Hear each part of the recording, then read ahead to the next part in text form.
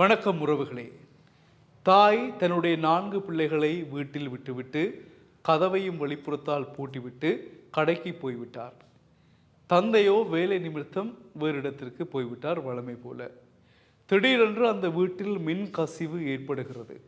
மின் கசிவால் அங்கே நெருப்புகள் தீ பரவிவிட்டது. அந்த குழந்தைகளின் நிலை என்ன பார்ப்போம் இந்த செய்தி வாயிலாக. ஒரு தாய் தன்னுடைய குழந்தைகளை உள்ளே வீட்டுக்குள்ளே வைத்து பூட்டிவிட்டு வெளிப்புறமாக கடைக்கு சென்று விட்டார். தந்தை வேலைக்கு சென்று விட்டார். மின் கசிவு ஏற்படுகிறது. தீ பரவுகிறது. குழந்தைகள் வெளியே வர வாய்ப்பில்லை. திறப்பு தாயிடம். கத்துகின்றார்கள், கதகின்றார்கள்.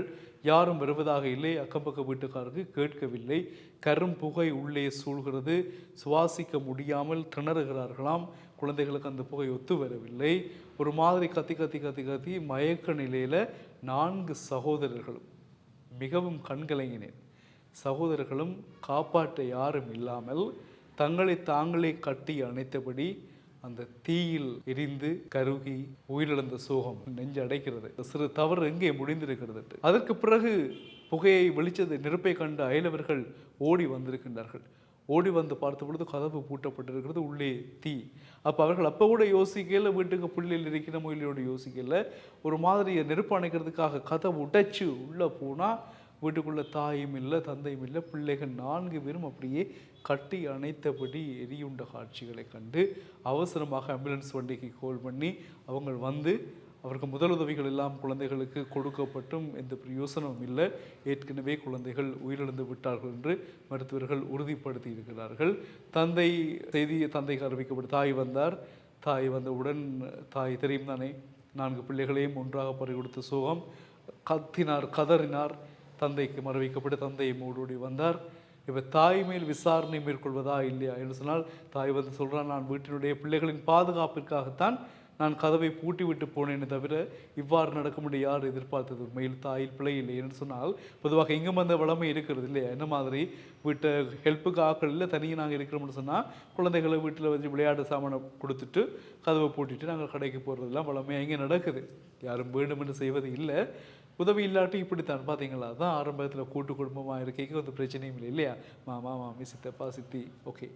இப்போ வந்து பார்க்க ஆக்கள் இல்லாதால கடைக்கு போய் வந்து பார்த்தா இந்த சோகம். போலீஸார் விசாரணைகளை மேற்கொள்ளுகின்றார்கள். இது திட்டமிட்ட ஒரு கொலையோ குற்றமோ இல்லை, எதிர்பாராமல் நடந்தது. ஆனால் தாயின் கவனக்குறைவு என்று சொல்லி குறிப்பிடப்பட்டிருக்கிறதாம் வழக்கில்.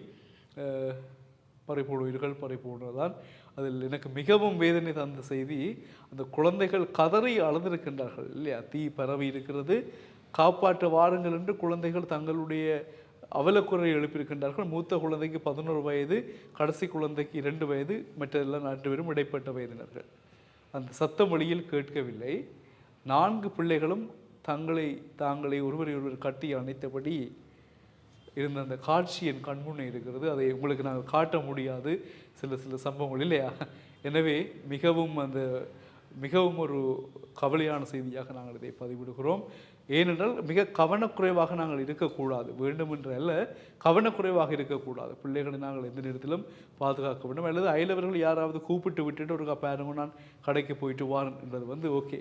வீட்டுக்குள்ளே வச்சு பூட்டிட்டு போனதால் இப்போ வந்து ஆபத்து வந்தாலும் வெளியில் ஓடி வர முடியாத நிலைமை இல்லையா.